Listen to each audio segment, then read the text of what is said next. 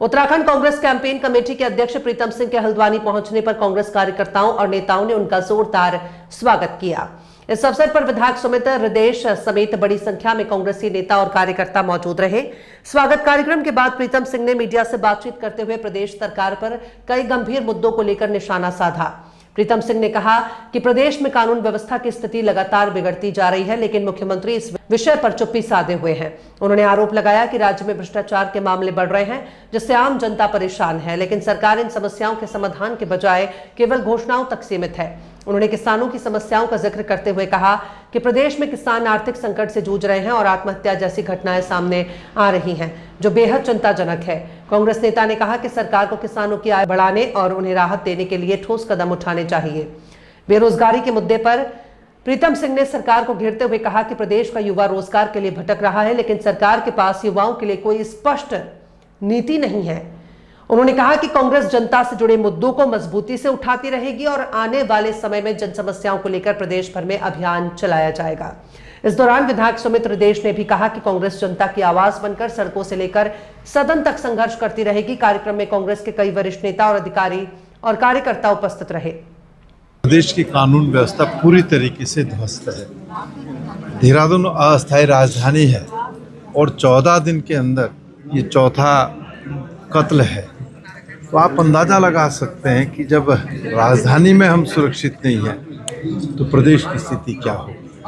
और मैं कह सकता हूं कि प्रदेश के अंदर अपराध लगातार बढ़ रहे हैं और महिलाओं पर ख़ास तौर से मैं कहना चाहता हूं कि जो अपराध घटित हो रहे हैं उन अपराधों में भारतीय जनता पार्टी के नेता संलिप्त हैं। बात किया तो मुस्लिम यूनिवर्सिटी को लेकर आपने भी कहा था कि हरीश राव जी ने ऐसा बयान नहीं दिया है। किस तरह देख रहे हैं भाजपा मुस्लिम यूनिवर्सिटी को लेकर चुनाव में उतरने की तैयारी में लग रही है? देखिए, भाजपा के पास कहने के लिए कुछ नहीं है, इसलिए वो सदैव जो प्रदेश का और देश का सांप्रदायिक स्वार्थ है उसको बिगाड़ने का प्रयास करते हैं। 2022 में भी उन्होंने कहा कि कांग्रेस उत्तराखंड राज्य के अंदर मुस्लिम यूनिवर्सिटी खोलना चाहती है।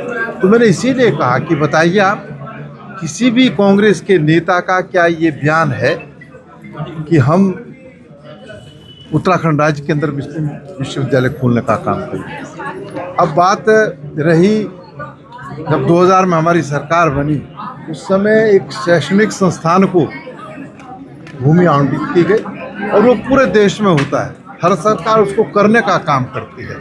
तो अगर उसका सही प्रयोग नहीं हो रहा है तो 15 साल जो है बीजेपी सत्ता में रही, तो तब आपने क्यों नहीं उस पर एक्शन लिया?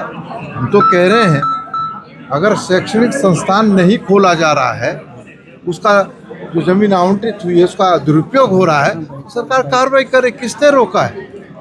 लेकिन प्रदेश का मुख्यमंत्री अगर ये कहे कि कांग्रेस उस पर जो है मुस्लिम यूनिवर्सिटी खोलने जा रही है, तो मुझे बड़ा अफसोस है कि प्रदेश के मुख्यमंत्री की सोच इस प्रकार की है।